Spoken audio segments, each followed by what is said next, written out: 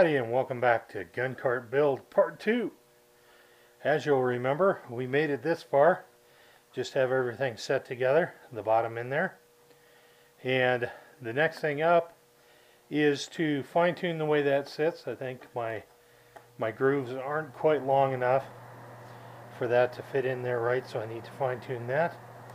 Also, I need to figure out how these are going to go together. Because I want them to come out, so I need to figure out if I want them to come out all as one section, or maybe put some little dados in there and there, there and there, so that each section comes out. Of course, if I do that here, I'm going to have to cut a new piece, so maybe I'll leave that piece and just put some brads and glue on that, so that pulls out and those pull out. Another thing doing the dados would be to move this divider this way, probably the thickness of that one board, so it would wind up about there, which you wouldn't really lose much rifle room, but it would make it so there's plenty of room for the brass can, which right now really didn't fit. So anyway, right now I'm going to take this back apart, fine tune that bottom, and then maybe see about drilling the holes for the axle and start playing with some pocket holes maybe. So I'll check back in when I have something to show you. It's been a while. Screwed up at least one piece. Took me a while to figure out how to fix it. So what I'm doing now is I'm going to put the bottom frame together with pocket holes. So I'm just drilling those. Hopefully the camera's aimed right. You can see that.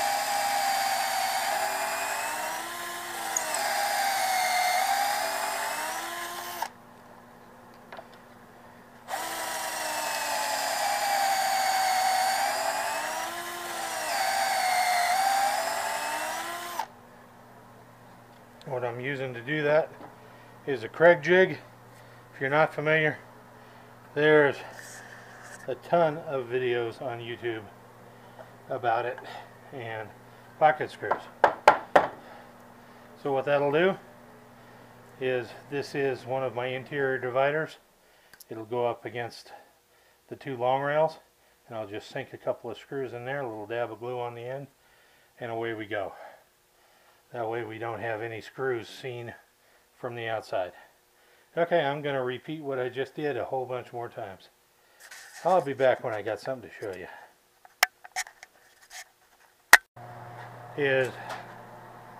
Well, it's a great time of the project, and it's a scary time of the project. Time to put this all together. Now they say that with pocket holes, you don't even need glue. But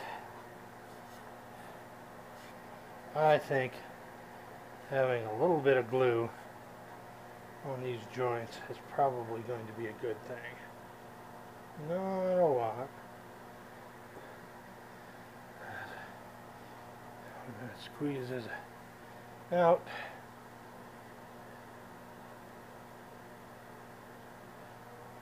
That should be about all I want.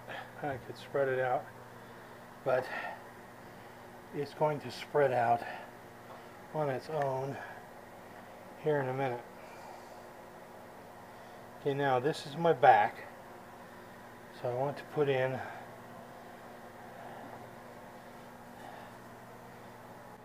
oh, that's not for me. The hole cut for the axle. Oh, it must be for me, no one else is answering.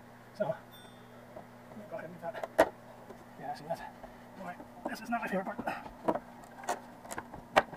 Okay, maybe that's still good. Put in there. And I get glue all over myself. Oh well, not the first time, won't be the last. And there I go again. Okay. Now, get this side in, which is probably going to be the tougher one.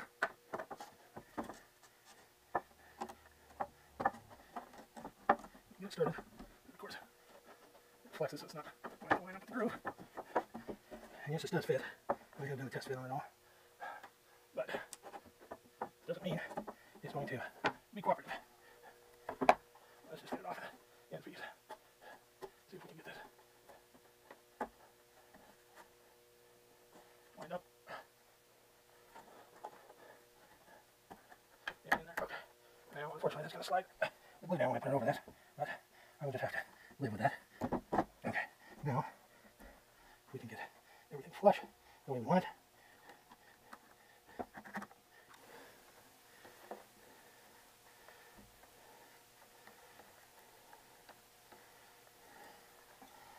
And granted, it doesn't have to be absolutely perfect, but I sure want it that way.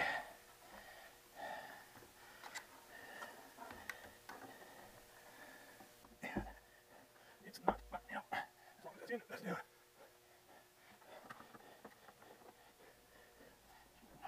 Get this up. And go. Let's take a look at this. See how we are. Okay, that's perfect there. Come out of touch there. Keep going in, touch there. Okay, let's be smart about this. The whole thing needs to go in there. That's pretty good there. So, you know, I'm going to go ahead and drive those screws, and then we'll tweak those the other side.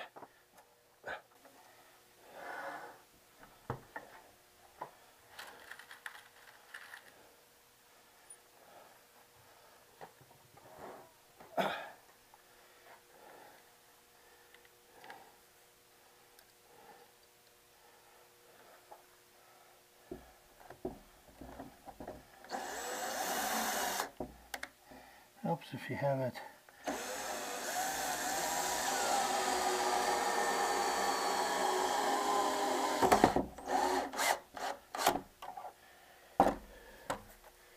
going in. I think that's pretty good.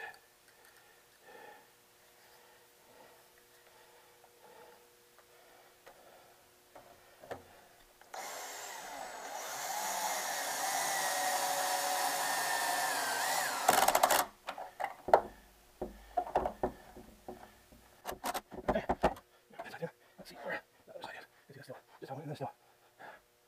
A little bit. Just a little bit. A little bit. That's perfect. So, let's do it. Bring it in. That's still perfect. Bring this back.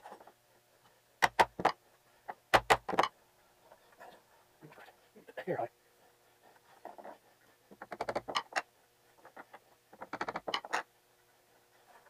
Okay, it looks good.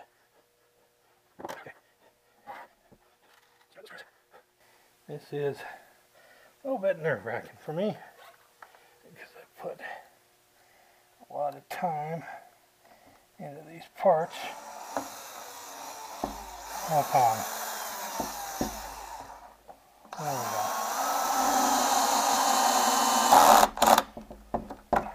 And I would hate to screw them up.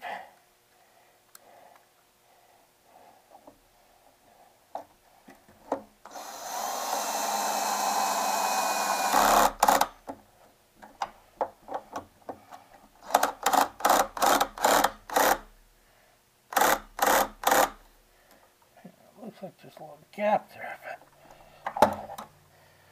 I don't know.